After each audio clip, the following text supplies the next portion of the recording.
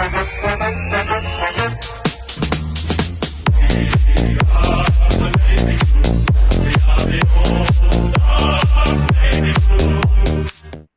one and all, and welcome to another episode of Baggers Chat. My name is Mitch Panson, and as always, we are joined by Ethan Daffy. And tonight we are reviewing Carlton v GWS at Marvel Stadium.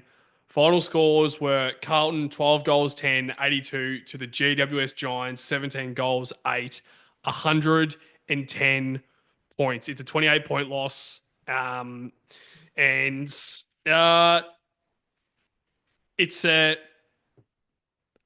it's a point in time when we are unsure why we are doing this. Every single Carlton content creation creator channel would be going through the exact same thing that we're going through right now. And I know that we are so fortunate that we've got a great platform like Baggers Chat where we can come on and speak our thoughts, and we've got people that feel the exact same way as we do.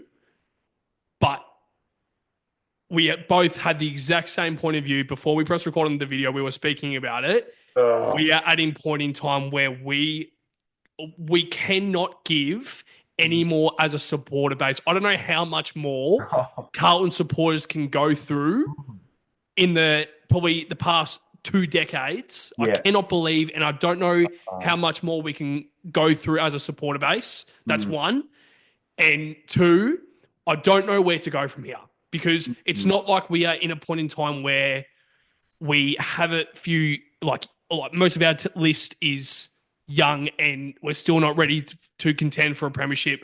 We are pretty much at the twilight with a lot of these players that are heading towards the age of 30. And we've been saying for 5 years, but you just wait until they're in their prime in their career. They are in the prime of their career.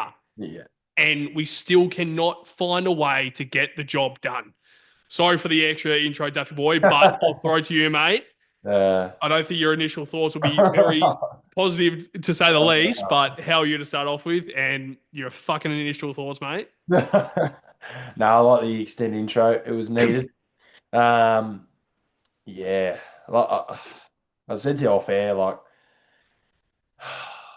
I was just thinking about doing this review the last 24 hours, and we're always going to do it, right? We turn up. We turn up to the ground. We watch the team play. We do our previews. We do our reviews. We do everything in between, Carlton-wise, and effort, full care, talking about him every day. But I've actually got to the point now where I need to stop. Like, end of this video, I don't want to think about him for the whole week. And there'll be moments, and we'll have our mid-season review, which will be fucking. We could do I could do the mid-season review in one line, 2 words actually. Here's 2 words: mid-season review. This is a sneak peek of our mid-season review. Fucking shit. Really, and I apologize for the language, but it's just like, I think I've heard it so many times. False dawns. How many false dawns do we have? Where it was like, oh my God, here we go. Like, last year, round 15, 16, 17, we have just smashed Geelong. We're the only team who could drop so low from that position, right? We've just beaten Geelong by 10 goals, right? We've beaten other teams convincingly. It was the best probably patch I've seen us play. A 7-week, 8-week patch. It's better than 23. I think it was more convincing. And then from quarter time of that Giants game last year, it has just been inconsistent roller coaster. Let's not lose by too much. Confidence down the drain. And yesterday the bloody stadium's packed. Oh, my What God. are we doing? I saw tonight's game. We're filming this on the Sunday night with the Saints and the Suns, and people go, No "Where one. are the Saints fans?" I do not blame them. They are serving up shit every week. Mm-hmm.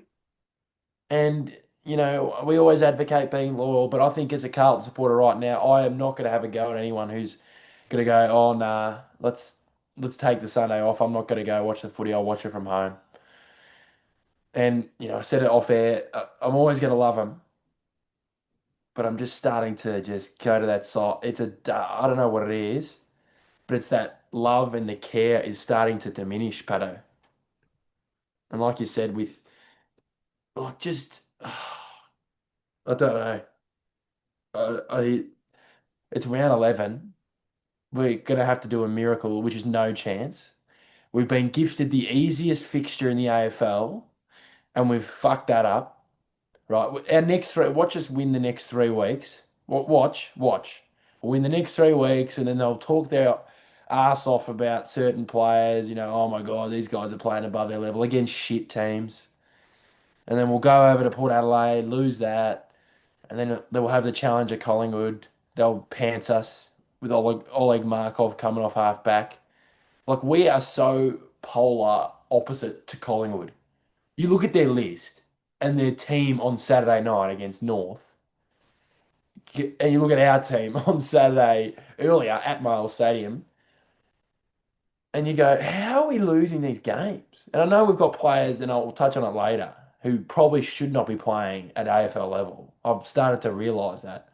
But they have a system. Markov said in the post-game press conference that he was fixing his floorboards at his house at 3:30 and Fly gives him a ring going, you're playing. So he didn't even know he was playing. And Mhm. we've got guys who play every single week, they're going to get a game, i.e. Jay Motlop, and they're not ready. I know what he's ready for, a fucking celebration. Maybe get a kick first. And that, and I'm all for the celebration. It's a great round. Like I said to you off air, read the room. They are not reading the room. The coaching staff, the players in the interviews, like I listened to Doc's interview after, pathetic. It's like he read a script. It's PR rubbish. And it's down the drain now. I'm not going to tip us for the rest of the season. I don't care if we're playing West Coast. I'm not tipping us. I completely agree. Every single thing you said then, you Ah, could not have said it better.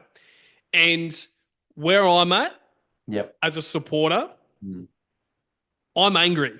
yep. I'm not sad. It's gone past sad.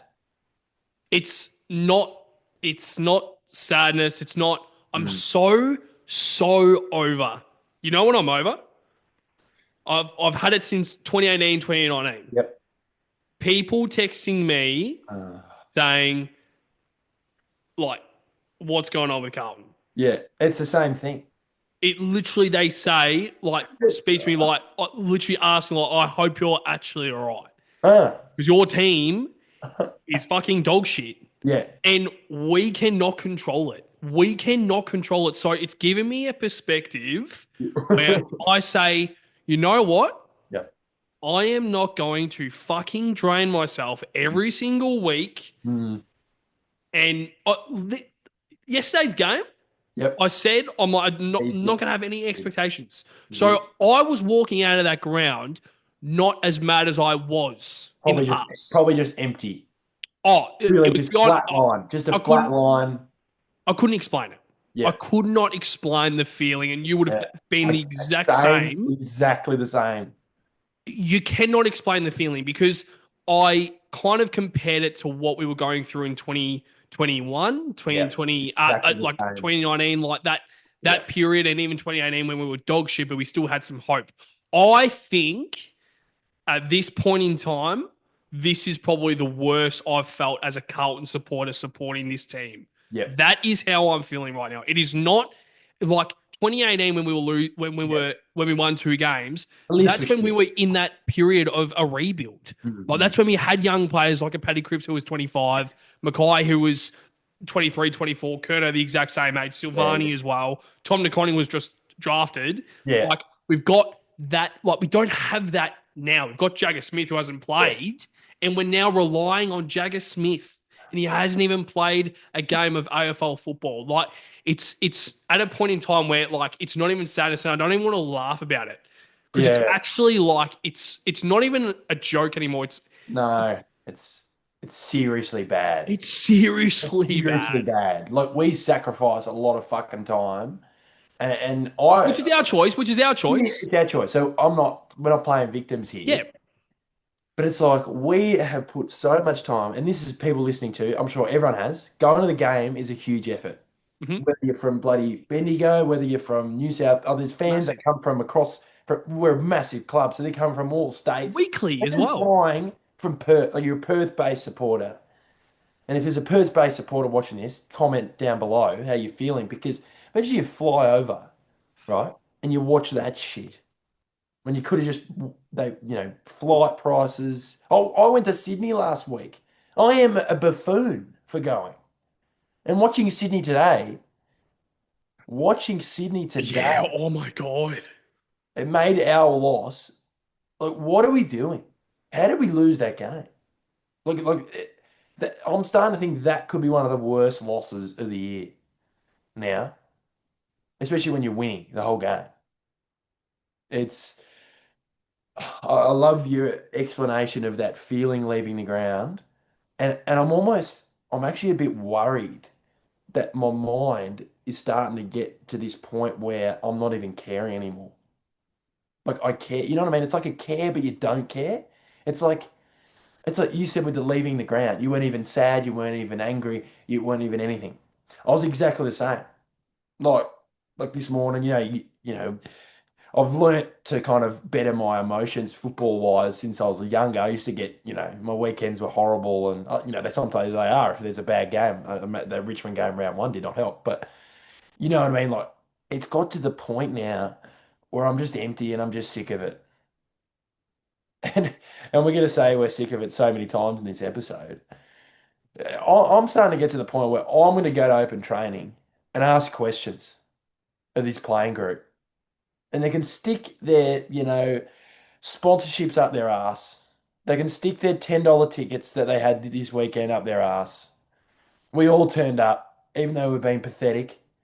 We all turned up. We all made a case for us to somehow win the game.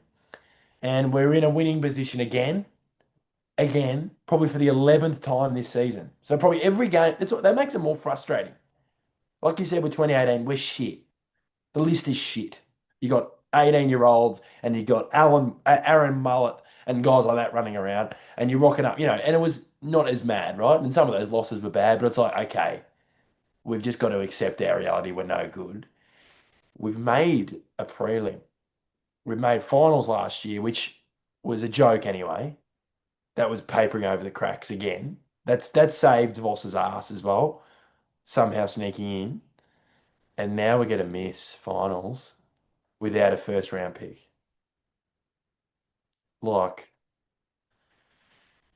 and we're going to speak about it probably in the review, the mid-season review. And I think the list has to be restructured. Not. We've got like, a message yesterday. We've got the top A grade. We don't need the AA graders. We need more Bs. We have too many C, D graders. There's not that, that next level, that B grade. I'd say James Rowbottom for Sydney, B grader, but he's a good B grader. And they haven't, they've been struggling, but in the past, Geelong, Sean Manor, B grader. You know what I mean? Guys like that. Brad Close, B grader. And Shannon Neal came up and kicked 5 on the weekend. And he will be an eventual B grader or A grader. It's just, you know what I mean? It's too big of a gap. And, I saw some talk back. I did a video for work with that bloody caller who was just talking absolute rubbish out of his ass. Is that Snapper? Yeah, I had to do that video. No, I did it for, clicks and all that kind of stuff because that's my job. And he was saying, TDK in the twos and all that kind of that just does not help the situation. And he's talking about Harry Mackay, that he's bad apparently. No, but all of that though, Yeah, it's like rubbish. It's bullshit. when I can actually remember when he first came on in Yeah, 2023, it was yes, after yeah. Caro was speaking about it, and he actually came on and actually spoke about it. And I remember then, I think ever since then, and this is a bit of a it's a absolute publicity Yeah. stint, whatever it's called, Mm. because they are obviously telling him to come on with a bit of a reaction and a bit of Yeah. controversial Well, it news. happened. So he always comes on. Was that on 3AW? Yeah, I'm on thread. So yeah, so we have obviously the callers. Sometimes we have like similar callers sometimes come in and it comes up with their name. So clearly after the game, it came up with, other numbers and whatever, random numbers that we hadn't had before, Carlton supporters. And then I had his number. So it was obviously saved in the system. So obviously they're going to put him on, knowing it's going to be an outrage. And, for us media types, it's great because the content's great. But in terms of a Carlton perspective, that is just pathetic. That is just pathetic. And like we will bag the club if we play bad. We both do it, but you never hear him when we win. Mm. That's not great. But yeah, back to Carlton. It was just we don't look connected on the field. We're disjointed. And there was one moment where I'll talk about Nick Haynes. He was superb again, taking marks left, right, and centre, coming across, taking grabs, doing all that kind of stuff. And there was this moment he's on the wing, takes a mark on the wing, and he's looking inside 50, and no one's giving him anything, right? So he almost has to force a kick to the space for them to lead into, and they don't get there. And Sam Taylor takes a mark, and Haynes, oh my God, the outburst. He was like fucking hell, like angry, like proper angry. And then they just showed to me it's too disjointed. They're not playing for the coach at the moment, and then also we will touch on the coach. This game plan, Patto. Oh, what year are we stuck in? 1984? Like, fuck me. I I was thinking yesterday, and I'm looking at yesterday's game, and I don't think I see that game or our game plan or our players. I don't look at them Mm. and think they're not trying. No, I don't that's think that. not the issue yet. It's not the issue. I don't think that because I don't go there because I'm Mm. like people were shitting on Charlie, Yeah. shitting on Harry, shitting on Weeders, but they Yeah. are all absolutely spent. I'm literally looking at them Yeah. like my members seat is right in the Mm. members, and the Marvel member section is really good because you feel a lot Yeah. closer to the ground than what the MCG. I mean, like you're still close to the ground, obviously at the MCG, but Mm. Marvel, my seat is very Yeah, you like feel it. Yeah. you feel like like Mm. if I was to yell something, they can Yeah, yeah. they can hear it. Yeah, So yeah. it's like I'm looking at them and they are fucking spent. Mentally, I reckon too. Absolutely spent. But it's not even mentally, it's actually physically. They Yeah. are they are spent. So I'm They're like, underdone. okay, so they're trying, right? We can't ask for any more effort. Like Jesse Motlop, he's fucking shit, But right? he's trying. But he's trying. He's trying his absolute heart out. So that's when I think about it. I Mm. think they actually are playing for the coach because I don't think they are doing anything wrong in terms of Mm. their intent for the Mm. football. Mm. What my issue is, the players obviously aren't good enough right now that's going on the park each week. Yeah, yeah. Will White is not going to be At a the superstar. moment, at the moment, yeah. Matt Carroll is not going to be a superstar. Yeah. Harry O'Farrell was playing his first game. And he was actually pretty good. Good.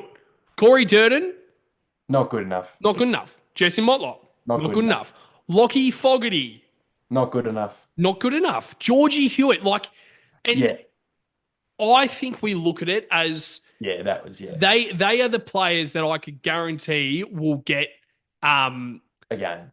will have the spotlight on them. Sorry, like Mm. these guys will have the spotlight at like the Matt Carrolls and the Ollie Hollands Mm. and Will White. These are the guys that will have that will have the spotlight on them, and they will get dropped next week or next game, whatever. They are the guys that would be dropped over Of course. the leaders, and of course, like George Hewitt has had a Oh, stellar yeah, it was season. worst My game of God, if the he's year. going to be Yeah, dropped next week, yeah, it's a bit no, sticky. that'd be stupid.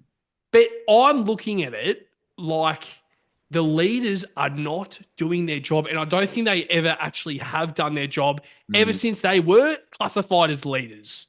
Mm. Like Jacob Weitering yesterday looked like a shadow of himself. I don't know what's going on there. I said it on the episode 3 weeks ago. The Saints game, I said it.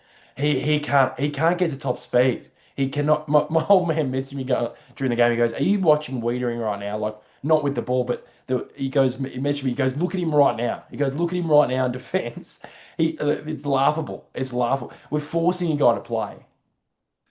We're forcing. We're all. It's on the selection also, and it's on him too for putting his hand up to play. He is not fit, and I'm not trying to excuse him. And people say if they're out there, they're out there. He is not fit. He's not fit. And what happens, Pato? He has a bad performance. So why the fuck is he out there? What are we forcing players to play for? So we'd rather get our best defender, one of the best defenders in the league, force him to play against fucking GWS in round 11 and absolutely ruin him for the next block of games. And we're lucky we got a buy. Lucky we got a buy, and probably Essendon also counts as a buy. But like fuck. It's like you said with the leaders, they're not doing well enough, but we're almost still too over reliant on them. It's like if he's off Wiedering, everyone's going, oh, Wieders. He's had a bad game, and we it costs us the game, and it hurts us. And I'm not saying I'm accepting that, but good teams, if someone has a bad game, so fucking be it, they cover it. And Charlie's not fit. It's and yeah, and I love Cripper. And this is just on the topic of leaders. Geez, he had some bad moments yesterday. Decision making, and one in particular, he was on the wing, dashing off the wing, just sprinting on the wing, going forward. Ollie Hollins is in the middle of the 50 for fucking 20 minutes. He didn't even look at him. And then this happened 3 or 4 times, not Ollie, just Ollie, but Cripps. He's got to be held accountable for that shit. I know they will be. They will be held accountable. He had Ollie 30 metres out, standing in the perfect spot. We talk about it on this channel. Put yourself in the right spot, you get the fucking ball. But at Carlton, you don't. He goes, fuck it. Let's go the simple option. 1v2, Lewis Young in the goal square. And what happens, Pato? Rebound. And based on our transition defence this season, teams just kick goals off that. So wouldn't you want to try and avoid that? Even, just in AFL, I watched the Melbourne Sydney game. A lot of it was off turnover. Wouldn't you try and avoid the turnover and hit a target 45 short kick? Or does he not have the ability to do so? Like, it's not good enough. I love him, and he wasn't shocking yesterday. But there's moments like that when you're in the game, it costs you. And who stood up for Giants? Toby fucking Green. They played him in the guts, and he killed us. We said it. We said in the preview. There's going to be guys that are needing to step up for the Giants. What do? Steps up. Tom Green. Yeah. Toby Green. Yeah, huge. Jesse Hogan was Yeah. held down for most I of the actually game. think, I think Wiedering actually played all right on him. Yeah, but Yeah. crucial moments Yeah. change the game. Mm. He changed the game. Yeah. Like- I think there's a good saying in footy, which I've always loved since a kid, and it stems down to local footy. If it's not your day, it can be your moment and moments. Like I mean with the Cripps one, he hits that target, we kick a goal, you go up in the last quarter, or you go up in the third quarter, and change the dynamic of the game. And people go, but it's not all in that one moment. Well, sometimes it is. Look at the moment of the last quarter, Wiedering keeps the ball in and they kick a goal. When we caught up to 8 points, Pato, we're in the game. We got the momentum with 10 minutes to go, and he decides to be an idiot. It's a moment. It's another moment. Easy fuck ups. Charlie kicking pot shots from the boundary. They're moments. Missed shots, moments. And this is not just on one play. This is the whole team. It's fucking. I'm having a look at the injury list for the Giants, and so Oh. Finn Callahan, Stephen Canelio, Brent Daniels, Oh, Josh Kelly, Jake Stringer. That's 6 there yeah. that are probably arguably straight in for the best 22, if not best 23. Yep. So now we look at our injury list, and our injury list is very, very, very bad. Like, you could probably make a case for probably all of them that they would be in the best 22, like a Jordan Boyd, Matt Cottrell, Lockie Cowan, Orazo Fantasia, Brody Kemp, Nick Newman, Jack Silvani, Jagger Smith, Zach Williams. You can probably make a case for those 10 Yeah. that they could come in to the best 22 or best 23. That's what I spoke about with my mate Barney about that, and more specifically about what our game plan actually is. And that's why it brings me to the question. Everything we've said tonight and everything I've tried to steer myself away from Carlton content the past day because I haven't wanted to focus on it. Yeah. But obviously you will pop up Of course. everywhere because we're so absolute nuffies about it. Yeah. Everything I'm looking at, it is a coaching problem. Yeah. It is a coaching problem. You know, I do know. and every single Carlton supporter, or even person that knows me, knows that I'm probably the biggest Michael Voss fan as a coach. I've always tried to back him. I've never said that it's Michael Voss. It is the fucking players. But there is a time. It comes a time when we are doing the exact same stuff. We got found out in round 19, 2022, in Michael Voss's first season. 2023 was an absolute fluke. Yep. Playing purely off adrenaline and emotion. Pressure. No pressure. No expectations, though. Yeah. No expectations whatsoever. Yep. We are entering that game. Not like every single game in 2023 was when I have finals. And it brings me back to that video that I think I mentioned it probably 2 or 3 weeks ago on an episode. Yeah. And it brings me back to that girl who spoke. It was either on SEN or 3AW, but I think I asked you, and I don't think you knew her. So that it might have been like a Sydney channel or Queensland channel. But she was mentioning about when Carlton have the pressure, where like when we're favourites, right? We aren't very good. No. We always try and make it as hard as possible to get the job done. So it's more like if we are underdogs, we look good, but of course the favourites get it done because you would expect that. But when we are favourites, we try so hard, and we might still get the job done against a North Melbourne or a West Coast or a Geelong, but we still make it very hard on ourselves. In 2023, you mentioned as well, I don't know if it was on this episode or if it was just before we press record, if we lost that elimination final against Sydney, we only won by 6 points. Totally would this list be the exact same than what it is now? Like, do we overrate these players? I personally think we do, but I personally think that Michael Voss is overrated as a coach. He cannot find other avenues to goal. Yeah. We scored 82 points, and we've been saying how great our defense has been. We conceded 110, and Giants have been pretty ordinary this year. Yeah. So I'm looking at it as Michael Voss can't find other avenues to get the 4 points. I don't care if it's an honourable loss. It's not about that. Yeah. It is actually winning games of football. And this list, whatever it is, I don't know where we're at the moment, because I thought we were closer towards a flag, but I think we are closer towards a wooden spoon. And I don't know, and I don't want to be in this position where we're 10th or 14th in that bracket.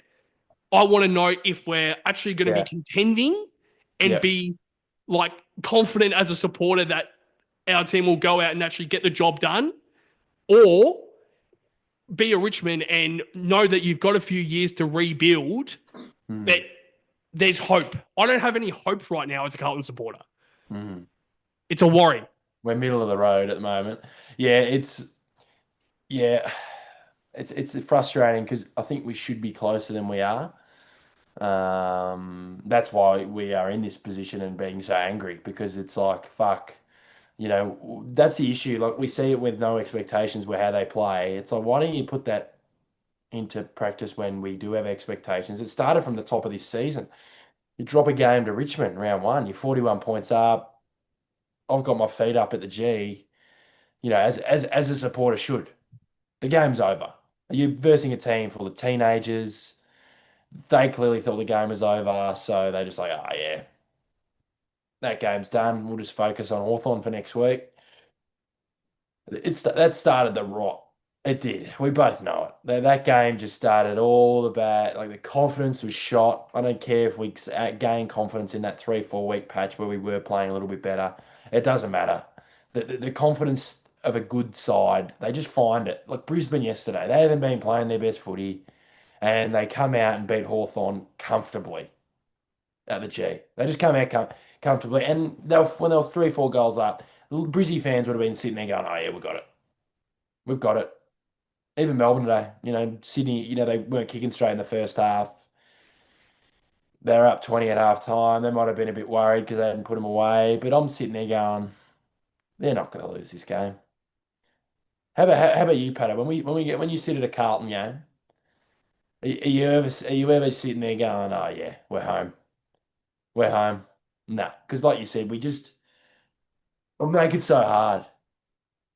Like every single time. It started in 22 with Voss. And the first game of the heart attack Carlton, cardiac Carlton, was round 3, 2022 against Hawthorn. We're 7 8 goals up at half time, and we win by 3 points. And then it happened again 3 weeks later against Port. We're Or 50 up at half time, and we win by three. We can't play 4 quarters. And when we did in that patch last year, look how we won. We smashed teams, but we just can't do it. We just make it hard.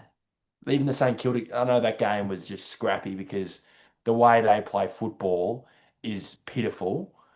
But even like, I don't know what other games I can think of. Any other close wins? I guess the Saints won. We haven't really had any other close wins. But even last year, like the second North game, we fall over the line. We fall over the line. We never convincingly do it. And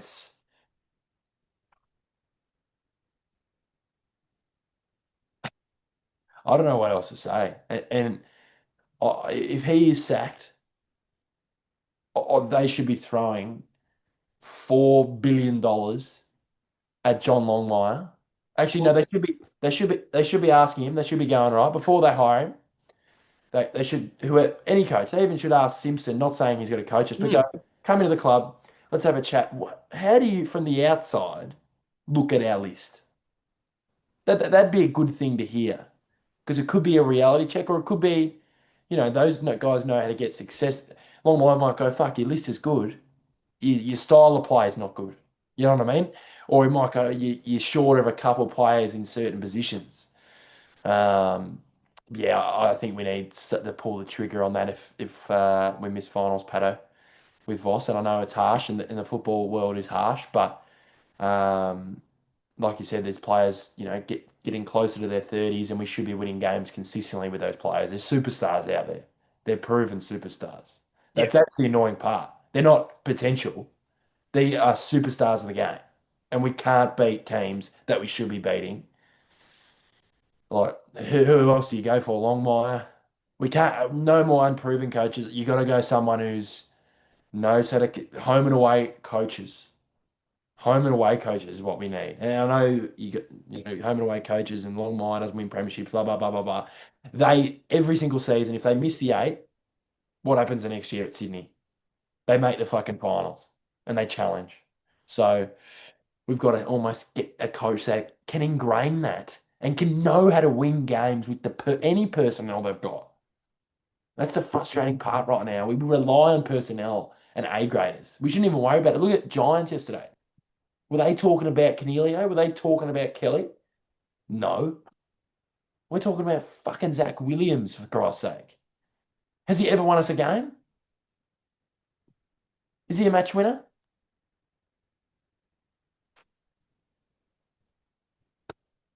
It's a reality check for all of us. It's a slap in the face to me. It's a slap in the face to you. It's a slap in the face for all of us. We have been hoodwinked. I'm looking at it Mm, where, I mean, we won't go into detail no. with this because I think it's probably the best time. I think it is probably a good time for the buy to come next week because it Yeah, yeah. gives Bloody oath. the club um, a chance to just Mm. reset a little bit. But more fucking importantly, it Mm. gives every single Carlton supporter. Oh, yeah. I don't give a fuck about the club. I'm exactly like your Right now. mum. Yeah, I'm yeah. angry. She's I done. am. She's at a point now, Patto. She's the reason why I go for Carl.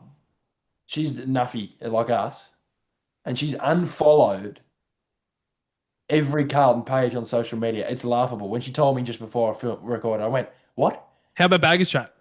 She still follows that. It was funny. It was. I did ask that question, but she's like, "I don't want to see it. I don't want to see him." That's that's coming from a long time supporter, like more than us, longer than us, and we've been supporting them for quite a long time. It shows you how deep it's getting. This is getting deep, real fucking deep. And if they're expecting crowds, they better fucking not be. They better be starting selling $2 tickets, Pato. They were selling $10 tickets. Should be free fucking tickets. Yeah. I regret now taking work off to go to the Essendon game, and I regret Yeah, yeah.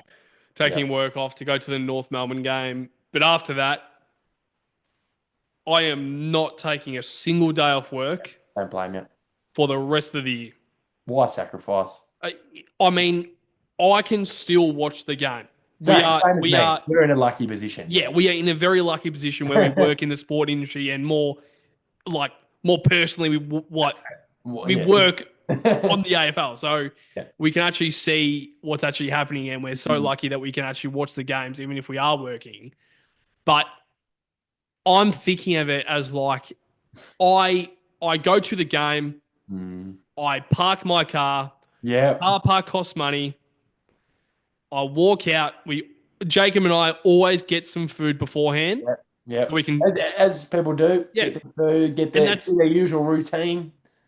and then that's our time that we can actually catch up, have a chat, blah Mm. blah blah. Head Yep. to the game, do the exact same stuff where we would Yep. talk about it all, and then we would exit, be walking the exact same way, Yeah. exact same direction, exact same feeling, saying, "Why the fuck do we go? Why do we go? Why do we put the effort in?" And You know, we literally say before the game, we're like, I just hope that we don't have the same feeling as we did last week. I'm literally there, 5 minutes to go with the fourth quarter, game's done and buried, and I'm just there, and I'm like, why do we go? yeah. Why? I always thought when I was a kid, I'm going, I don't know how people don't support sporting teams, but over the last decade, I've now understood why people stop watching sport. They just go walk around the park on a Saturday arvo or a Saturday night or have a few drinks with mates, while us dickheads, braving the cold, wearing our favourite Carlton jacket or hoodie or scarf that we buy from the Carlton shop. We're all excited, fresh merch, and they just do that. They just do that, and then they just speak absolute. I know you can't. You got to be professional in the way you speak, and in the public eye. But I know Michael Voss was kind of saying he's not focusing on 4 months' time ahead, which I get. But he's going, September's not our focus right now. Then what the fuck is? Well, what's the focus? That should be the focus from December when you're running laps, when you're running time trials. Every single run and effort is going towards a premiership tilt or some sort of success. And now I'd imagine that next week in the bye, they're going, fuck. Oh, so we're not going to play finals. I'm going to have to do time trials again for no reward. Oh, that's going to be good. That's going to be good. That's all right though, Pato. We'll get exciting preseason videos where they're looking buff and you can shove it up your ass this year. They can shove it up their ass. It's no. I don't want to see anyone talk positively about them. I'm all for keeping positive and seeing people go, "Oh, I'll stick fat." No, of course we will stick fat because we've stuck. We're almost stuck in this position. We will stick fat, but don't be commenting that stuff. Like I'm all for positivity, but that almost sets it the bad tone as well. That our expectations are so low that we're going, "Oh, let's through thick and thin, boys." What's through thick? We're going straight through fucking thin for our whole lives, Pato. apart from a run in 23. We've got nothing to show for. Nothing. It's A a lucky. professional sporting team. Mm. I've never understood in sport. Like, not even just us, Essendon, North.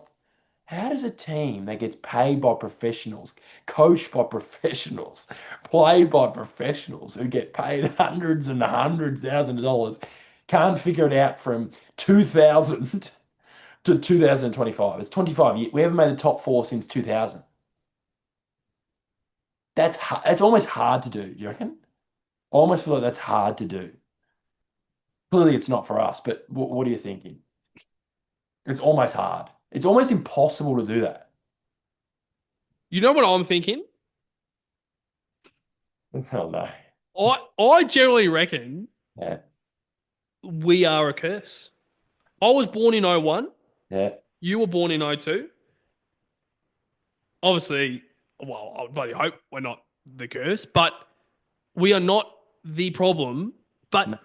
we are the age, we are the Oh, generation where we have seen absolute fuck all. Fuck all. it's not even an overreaction. I am We looking at made a it prelim, but we made a prelim, Patto. Prelim. lucky. But it doesn't even matter. It's one prelim. We're riding off that, which was a great night, that semi. Oh, we'll remember that for the rest of our Oh, life. yeah. One prelim Mm. we're happy with. Through thick and thin, boys. Through thick and thin. Yeah. Like when I listen to older Mm. supporters and what they went through as a Carlton supporter and what they saw like the glory days, and that's great. And my dad was a Yeah. Carlton supporter, Yeah. and that's why I obviously supported Yeah. Carlton, and it was fantastic. Like he was like the biggest supporter, and that's why I wanted to follow this club. But then you're looking at it, and I'm like they went through the glory days, but I think it would be almost harder on them for now, where the Imagine. expectations like this is all we know. And I Mm. don't know what's actually more sad, where Yeah. this is actually all we know. Like our mates, I've got best mates of mine who are Richmond supporters, Hawthorn supporters. I've got Collingwood supporters that are mates of mine, and they literally feel sorry for me. It's And actually, that's when it's bad. and I'm like, dude, you're meant to give me banter, but it's like, no, Mm. like, I actually don't want to give you banter because your team, Mm. you, I actually feel sorry. I actually feel sorry, and it's like, hang on, are you actually a Collingwood supporter? Are Yeah. you sure? Because Yeah. it's now at a point where like I used to hate Richmond, I used to hate Collingwood, but now it's like I actually don't want to like hate anyone anymore because I don't even love Carlton at the moment. Yeah. I've lost love, Mm. pure love. Mm. Like yesterday, leaving the ground. Of course, we were empty, but I'm actually thinking like I don't. I'm not as passionate as what I once was, and I think that might be a problem, a serious problem. It's exactly what I was thinking. I woke up Yeah, this morning going, no, no, no. What are you thinking? Why am I thinking that? yeah. That's what I was, it's like, oh no, like I don't want that love to fade because it will never fade. But it's like you said, it's never going to go away. But it's like the It's passion fading. is not there. Like we're going to rock up to Essendon, whatever, we might win the game, whatever. But it's just like, and of course we'd love a win, and we're going to get around to win because we love a Carlton win. But it's just like, fuck. Like we've been patient, so patient, so patient. And we thought 23, like that was a massive year for us, I think, in growth, going, oh my God, we have just seen Carlton up and about. And remember the old timers going, oh my God, this is how it used to be. You rock up to big finals, there's big moments, Acres goals, where, they used to talk about Wayne Harms as when he kept the ball in the 1979 grand final. Those types of moments that'll live on forever. And I thought, we've turned it. We've turned the fucking corner. You just need it, that one, sometimes those teams need a good second half of a year and then build in the next. But we just let it just slip and fade. And yeah, it's a lot of problems. I don't think there's one individual problem. I think it's coaching. I think it's playing. I think it's just the utter shit they talk about on the media post game. Oh, we'll reset and reflect. Oh, we did it in 23. Like, are they really like they're almost delusional? Am I wrong? Like I think the players, like you said, maybe they are playing for the coach, but don't realize the game plan is not working. Like the actual game plan, they might be blaming themselves more internally. And us from outside, because when you're in, you believe in the system you're playing, because that's what you have to do. You believe in the way you play. So that's why they played every week. And they have their system, and we try to go clearance and we try to go hard, right? Which we do. It doesn't work. But the players kind of like they blame themselves, which they should. But it's almost like they are a bit delusional to the fact that like, do you reckon any of the players would know the game plan is off? Do you reckon? That's my worry. It's almost like they don't realize our game style. Like, like I don't know how to explain it, but watching yesterday and like the interviews with Chera and I heard Doc and it was like, I don't know. It's like they don't realize that we're not playing it good at all. But then I don't know. Do they know the game style's bad, Patto? I don't know. I just think they are so egotistical Mm. that they don't want to listen to outside noise. Oh, And I God. think it actually is at a point now where I Mm. think you fucking should Yeah, worry yeah. about outside noise. Of Because course, Michael Voss, not the stupid shit like Snapper and people abusing players, but like the stuff we're saying hmm, or podcasts. They should be. It's not. We're not abusing them.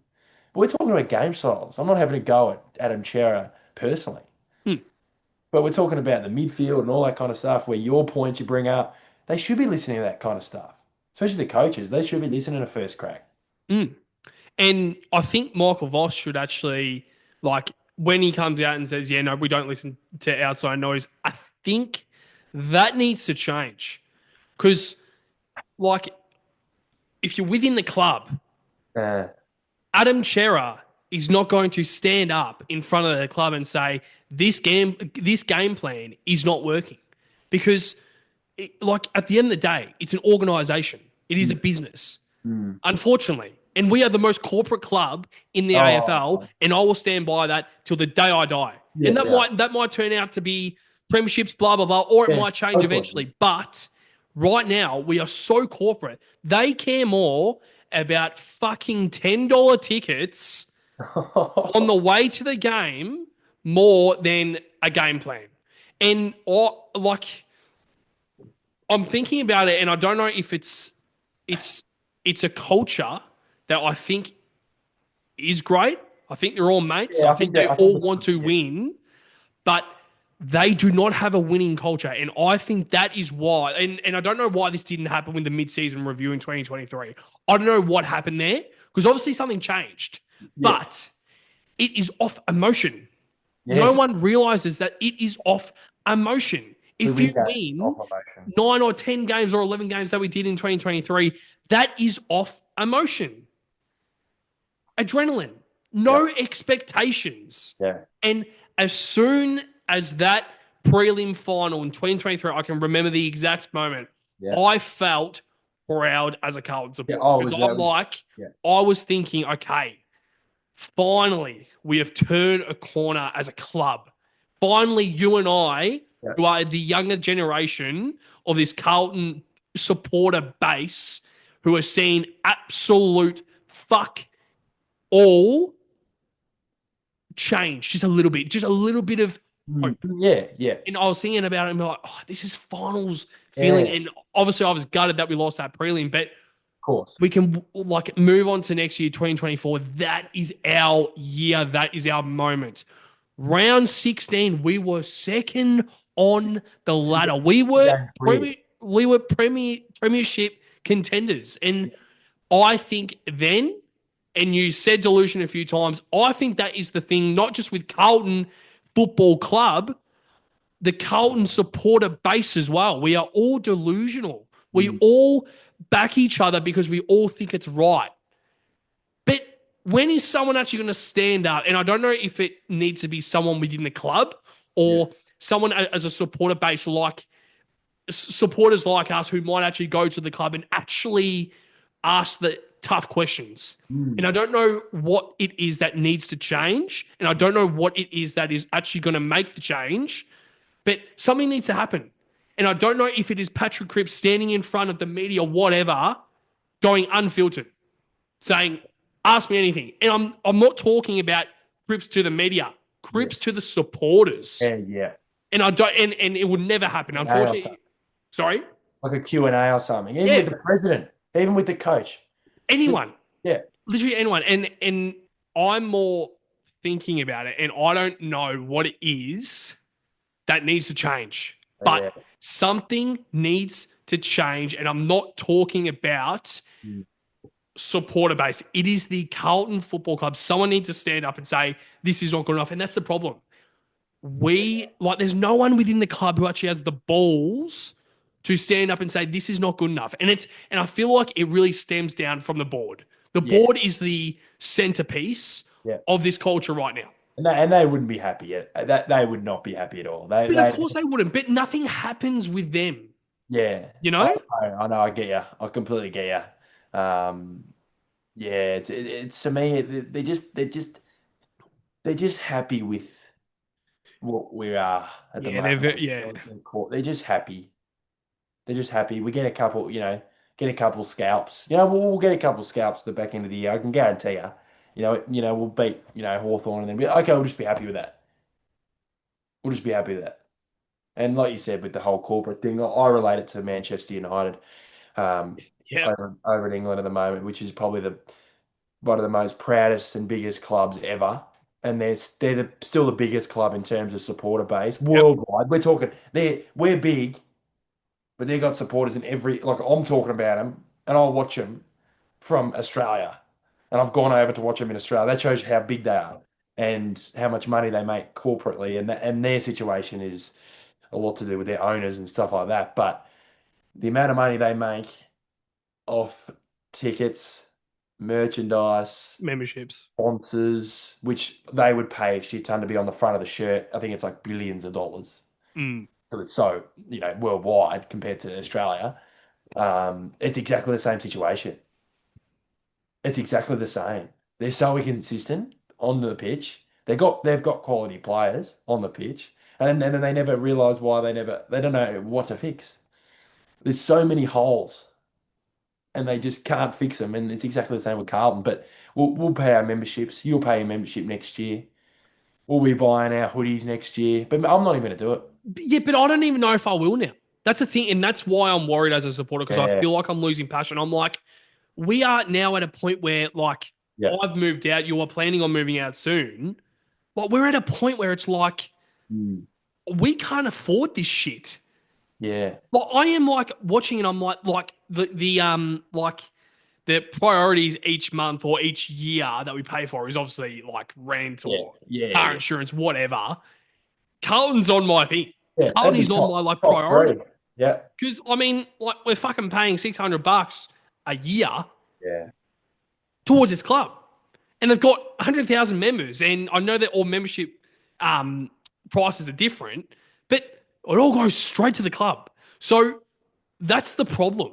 And mm. and I'm thinking, I'm like, I am not gonna fucking pay for that shit. There'll be a lot of people hopping off. I think if we miss this year, I think you won't be seeing 100,000 members. We will though, because we're a good supporter base and we're always going to be there. That's the frustrating thing as well. You want to hurt them by not being a member, but you don't want to hurt yourself by not Yeah, I being know. online. So we're not. It's like us saying, "Oh no, we're going to stop doing podcasts," but in reality, we're not going to stop. No.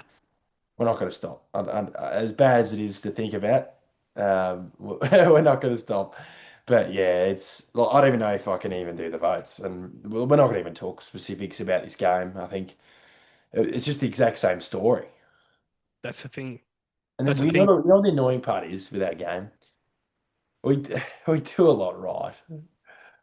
We nullify Hogan. We get our hands on the footy. It's not like we're shit. It's just like we just find ways to hurt ourselves. It's false hope. Yeah, but then it's also just not rewarding your hard work. That's a sign of a shit team too. Just working hard for nothing. Just working hard for nothing. And we can say we've been in the games all the time, which we have, which we have. Like 8 points down with 10 minutes to go, that means you're in the game. And we bottle that too. So yeah, frustrating, man. And yeah, we've we've covered a lot of negative stuff, and especially in the mid-season review, I think we'll touch on probably bigger picture stuff, whether it's Hmm. coaching, list, and all that kind of thing. So before we move to our votes, and I feel like we're starting to transition towards the end of the episode, but you mentioned there about like we aren't doing a lot wrong. So I'm thinking, but we are leading at halftime, and we obviously didn't lead at halftime in this game, and I know that the only other game that we didn't lead at halftime was obviously Adelaide. So I was thinking, and I thought as well, like even when you said that, it's like it's the same thing Yeah. every single week, and we are not doing like there's not a lot of things we aren't like a lot of Yeah. things we are actually doing all right. Yes. We're actually doing good, and like I reckon in the media, like Lee Montagna is probably one of our biggest supporters. Mm. And I think he sees a lot of light, and I think I like Yeah. listening to him. But I think it's almost like I think I like listening to him because he backs Yeah. us, which I Yeah. think is a bit of a problem because I'm looking and be like, oh yeah, he talks good stuff Yeah. about us. I'm going to listen to him over say like a David King who might say something negative, and I'll be like, oh no, but you're wrong. Like that, it's just the delusion, and I'm thinking about it, and I mean, I know both of them through work, and they're both great Yeah. guys, Yeah. Yeah. but Yeah. I'm just looking at it. I'm like, it's not. I don't know. I'm so confused as a Yeah. supporter. And at the start of the year, we were even mentioning about it, about how we wanted to go into each game this year, knowing exactly what we are expecting. And I think we got our promises because now we know we go into every single game, we do enough right. We every single stat on the fucking Yep. Yep. in the game Right is in thing. like you literally look at the stats and every single person will be like, oh, Carlton wouldn't have lost this game. Looks at Yeah. the scores. Oh, wait, what? They lost Yeah. by 28. How? That's So all. what do you think it is? There is obviously something right here, right now, and I'm going to name three things. Okay. Coaching, I personally think it's the coaching. Hmm. I think the coaching is not up to scratch, and Michael Voss can't find ways to get the job done. Yep. Players not being good enough. Yep. It's players purely do not have the skill level, or which kind of comes back to coaching, they are asking for perfection. Yeah. They Yeah. are asking the players to be absolute like perfection with their ball use, I know. structure, whatever it is. They are I asking for absolute perfection, which isn't. No one's perfect. Nothing's perfect in this world. know. So you need to find plan Yeah. A, B, C, D, E to get Hmm. the job done. That's what Giants did on the weekend. Yep. So coaching players, Hmm. or I'll ask probably one of the things that you've said a few times, and we've said it the past few weeks: delusion. Hmm. And I'm speaking about the club and the supporters as a whole. It's either I'll kind of link the delusion with the expectation. Hmm. We have false expectation. So I'll ask those three. Do you think right now it is the coaching, and we can't like right now every single week we are doing the same stuff and we see the same thing every single week? Do you think it's coaching? Do you think it's the players and not them not being good enough? Or do you think it's just our expectations as a supporter and the club expectations as they're within the inner sanctum of what needs to be done and they still can't find ways to do it? I'll ask the delusion and the expectations. Those three, Hmm. what do you think your mind goes to the most that could be the problem right now? Because we don't fucking know. No. So I'll ask you, what do you think out of those three it could be? I think the first 2 points actually intertwine. So your point in terms of the perfection. So my big thing in our games this season is we get on a roll. We get on a roll, and it happened yesterday. How many times when we go on, this is coaching, so this is coaching, but it's also players. So like you said, they're expecting perfection and they're expecting us to hit targets, play that slow game like some of the good teams do. Yeah, We can't play that way. no. We can't, and it's just not our way. We're a bit more scrappy. Our ball skills. We're the 18th skill side in the competition, but we're expecting them to play as if they're a top eight skill team. I'd imagine Collingwood wouldn't be like they've got good skills, but they're more chaos and they're more high paced, get it in type. You know what I mean? 100%. They're not, pinpoint all the time, and not every team is, or any team. But yeah, I think those 2 points intertwine. Like you're expecting players who aren't that good to be above themselves.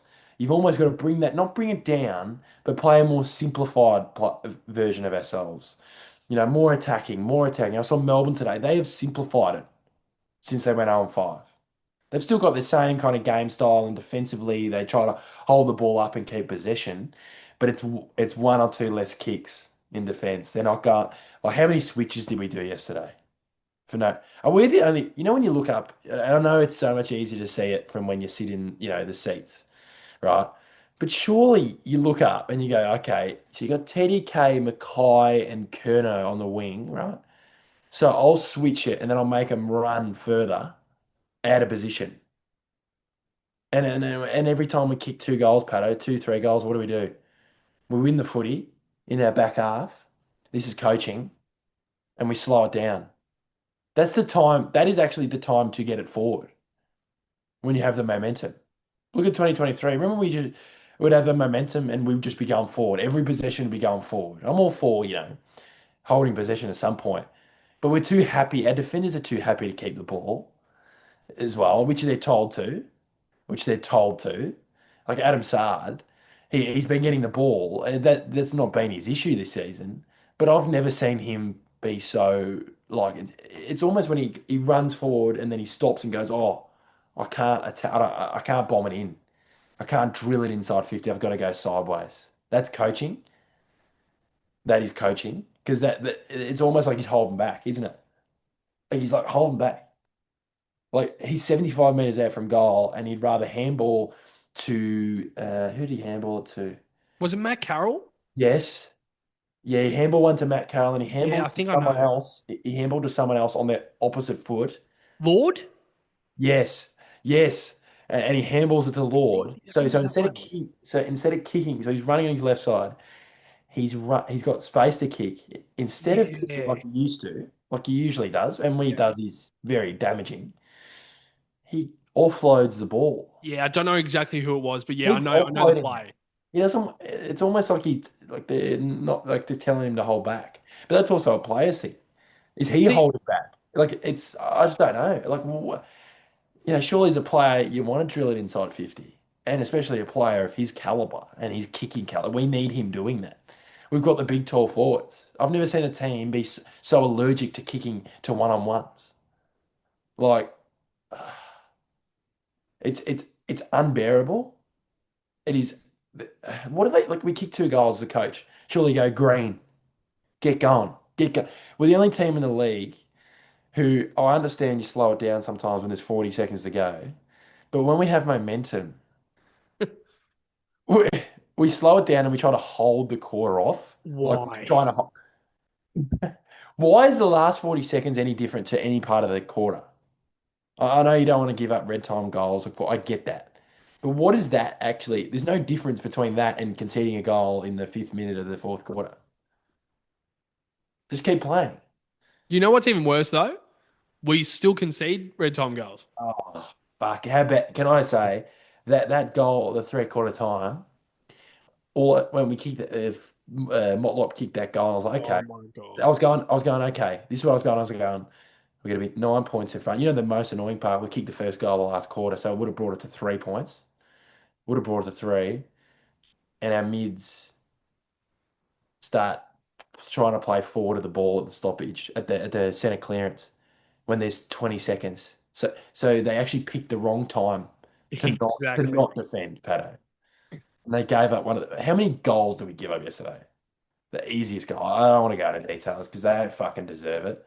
But Yeah. I'm just sick of it. And I think it's an intertwined thing with your 3 points. I think it's all together. Delusion from the top to the bottom of the supporters and also the coaching, the coaching of the players. Like I think they're almost overcoaching them. in a sense where you just simplify it. Remember 2023? They just unleashed the shackles and we started winning games. People were playing their natural game. Jack Martin and that were playing their natural game. You're going, fuck these guys. You're going like, fuck. Remember Lockie Fogarty? He came in the back end of 23, wasn't he? He was playing twos in the start and he got a game and go, fuck, this guy's just playing his natural game. And none of them are playing their natural game at the moment. They're not allowed to. That's the issue. And so I agree, but I'll also disagree where I think it's intertwined. I don't think it's intertwined at all. I think it's quite clear. Yeah. Everything you said to me and everything I heard then, my mind goes to coaching. Yeah, yeah. So it's intertwined, but I think the coaching is the start, is the core of it. Are you more speaking about the player's skill? Yeah, so they're coaching players as if, like they're coaching guys like Binns to play like a really good winger. They're coaching guys like Matt Carroll like he's an Adam Sard. You know what I mean? Like they're expecting these guys, like at least it isn't as good as 23. They're expecting guys like Motlop and Durden to fill the whole of Jack Martin and guys like that. And they're playing the same way. They Yeah. don't adapt. That's my issue. So you're almost coaching players and expecting higher.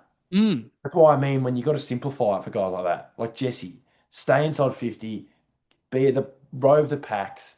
Don't worry about playing in the middle. Don't worry about getting the ball high up half forward. Play that traditional game. Just go. That's how you get your touches. That's how we would have played it under 18s. Yeah. Why we? I never understand it with coaches in the AFL sometimes. Just let the men play their natural game. Let Charlie play his natural game. He's going to kick three. He's going to kick 5 goals, 6 some games. Look at Cozzy Pickett. He had 12 shots on goal, 5 goals, 4, and a couple out in the full. Yeah. I was talking about the misses because he impacted the game so well. He played his natural game. He roves around, kicks snags. He was taking the piss. Let them take the fucking piss. Let them fly. Let them go. That's why I'm looking at it and it is 110% Yeah. coaching. Yeah. Literally what you just said then about the players and them, like Michael Voss and the coaching staff is expecting Matt Carroll to be an Adam Sard, as you said. Yeah. We're expecting Jesse Motlop to fill the void that Matt always left Mm. in that forward line. We are expecting Harry Mackay to play as the second ruck, which I think he's doing well in, Yeah. which might be something that we've found, but now we don't have another avenue to goal when Mackay's in the ruck. And that, like, even to an extent, like we don't know how to fill that void on the wing. Like Yeah. I think Ollie Holland's gone back is great, but and it was fucking playing in the forward line and he got 2 disposals up until half time or something. So then he transitioned into the back line, I think, or even wing. But Yeah. there are too many players that I think the coaching staff is expecting to Yeah. deliver. And when they don't deliver, Yeah. they get omitted. And I'm like, what do you expect them to do? Mm. Like that Matt Carroll was delisted at the end of the year and found a rookie spot. Yeah. He wasn't a like Putting up to it at AFL level. yeah, but he wasn't a world beater at the end of the last year. So yeah, entering this year, and I don't think he should be anywhere near the high expectations that I think the coaching staff view of him. Mm. But treating him like he's like he's an absolute superstar, which I'm sure he will be. Yeah. I'm not having a go at Matt Carroll. It is more the coaching staff because I think Matt Carroll should have the time to develop in the VFL and turn into the superstar that we all know he can be. He has the attributes that I've seen his kicking. I'm like, this guy's going to be a good player. But we are like, and I could guarantee this is the first guy that would get dropped next week. And that's the problem. It's like teams bring these young players in, like the Giants with an Angove number 29, and you said that they make him look like he's fucking Gary Ablett Jr. And he'd probably be playing twos in 2 weeks. Yeah. When the superstars come back in, but he's had that experience to get himself ready for when he then is to come back into the senior side, he makes an impact. And I that's what I think we've done really well with Lord. I think Lord has really taken a next level, which is good. Yeah. Yeah. He's good enough now to play every week, I reckon. He was a big positive for me on the weekend. Yeah. There's a few moments there where he was bursting through packs and Mm. there's that speed that I didn't think he had. So I, yeah, honestly, we have covered a lot. yeah. Covered more than I thought we were going to because it's just so negative. It's so negative, and I'd love to see the percentage of negativity on our videos over the 4 years or 5 years we've been doing this because we're back to square one. It's ground zero again. It's ground zero again, and yeah, it's just yeah. And don't reward Lemmy. Don't reward him. Let him play on a Saturday morning in fucking Port Melbourne. We'll just play Lewis Young. Like I'm not. This is not bagging Lewis Young, but let's be fucking real. He's a defender. He's playing up forward. I know they, rotated it later in the game to just try and change something. And with the whole, I think it was because of the leak of Leah, he was just leaping over. So they guess Yes. They put Gov forward, and there's nothing on Gov. They tried something. They actually tried something for once. Like they actually did. They weren't just, you know, flogging the dead horse, Patto. They actually tried to do something. I was like, okay. Mm. I was like, okay. I was like, okay. McGovern's got the ability to fly. He had a few good moments. I thought, you know, some, not many, but just like he had some moments where it's like, okay, I can understand why he's there. You put Lewis Young in defence, whatever, which I don't mind, and people have a go at that as well. But it's like, what do you want him to do then? If they don't make changes, the coaches, you have a go at him. So yeah, we're in a bad spot, and let's get to these fucking votes, man, because I'm sick of it. So bad. So bad. Um, yeah, I think we'll try and touch on a lot more um in the review, or probably even revisit what we've already touched on today. Tonight, 10:32 on a Sunday night. Do you have work tomorrow in the morning? No, luckily, yeah. So there you go. Yeah, We did that episode after Richmond game at fuck. That was late. That was like mid. That 1 was like a.m. 1 a.m. Talking about these idiots that we have no control over. That they don't listen to us apparently externally. We're actually bigger than the players. They're put on a pedestal.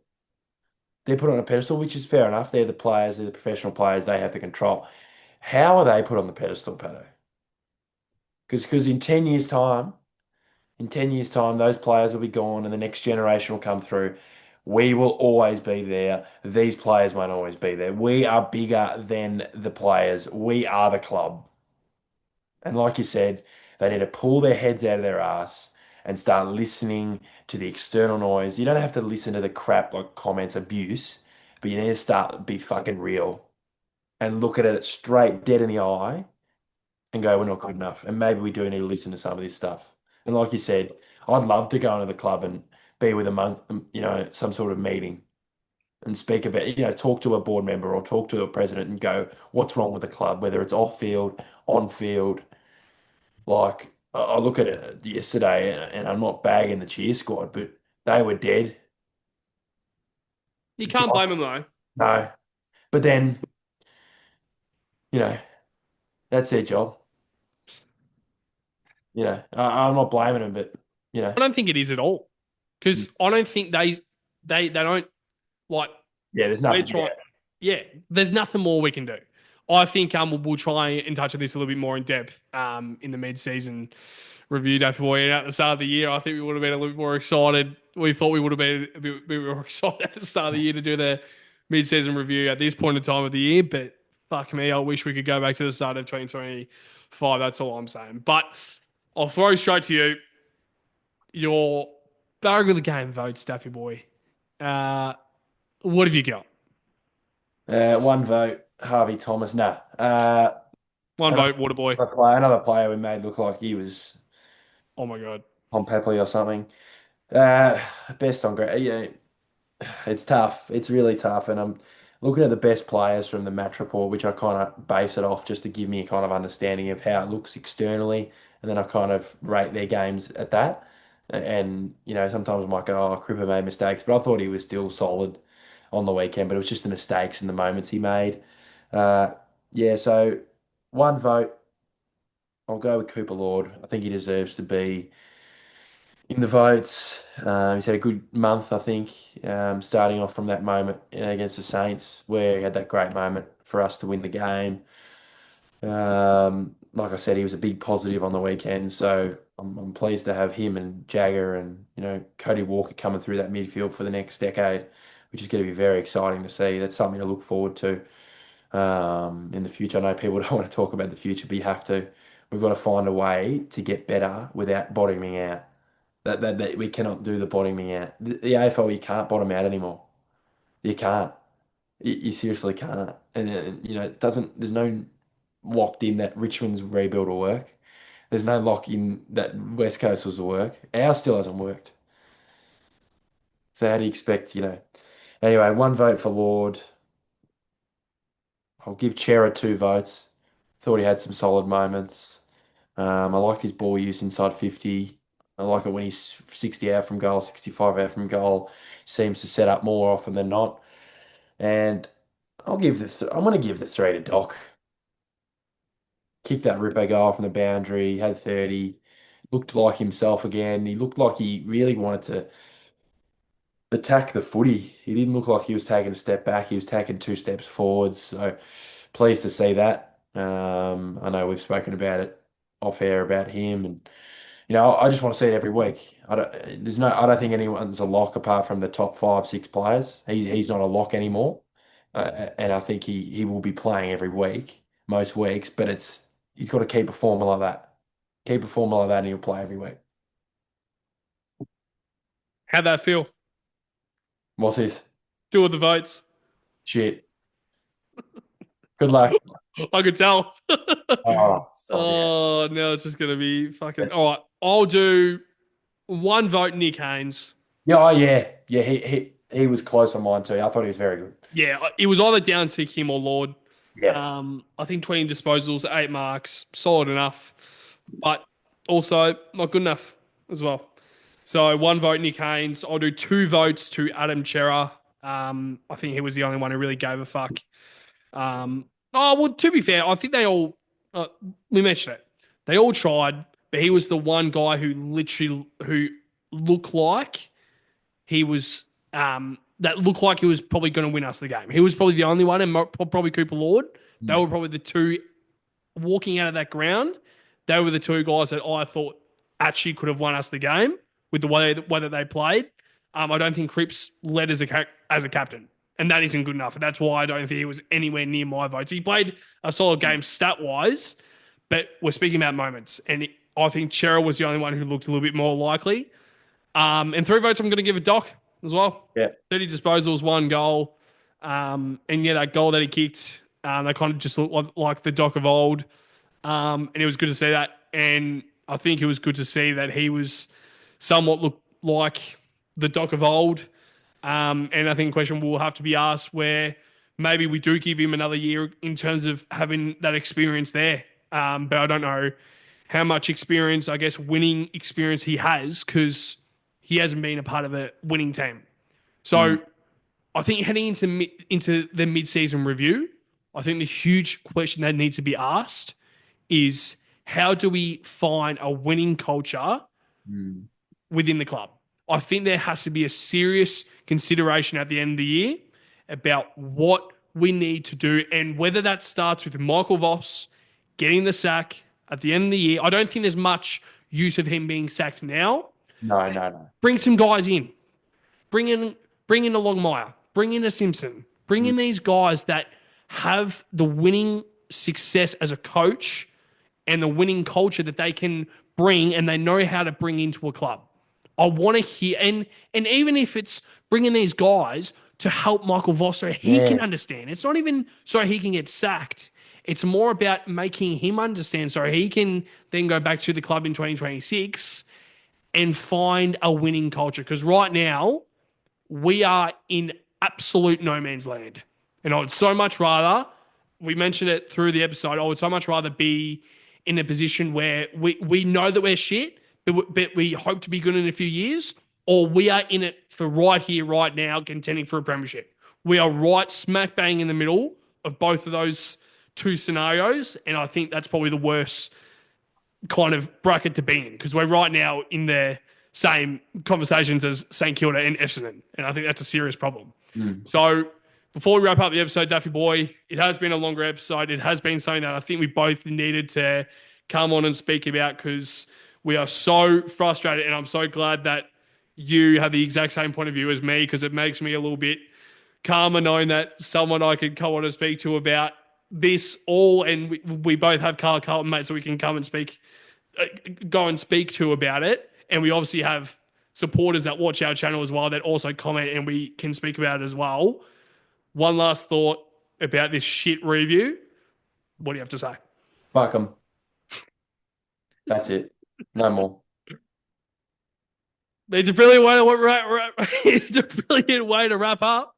I wish I had the balls to say that, but you know what? I actually do now. Fuck them as well, Duffy boy. Yep. I don't know what else to say.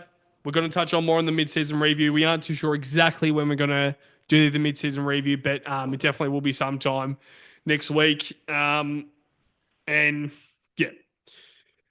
Oh, it's frustrating time at the moment. It's a very frustrating time, but to every single blue bagger out there, make sure to like, comment, and subscribe on our YouTube channel. We completely understand that this content isn't if this content isn't what you want to see in terms of like we might not even get the views that we might have expected, but we completely understand it because Carlton supporters right now are checked out. Yeah. And I don't blame you.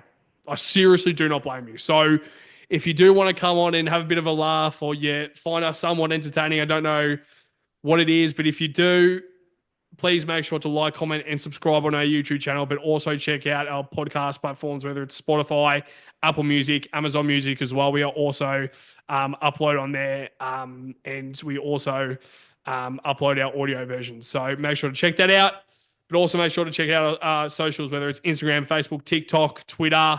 There's a few others out there, Daffy Boy. But to you, Daffy Boy, and to every single blue bagger out there, other baggers.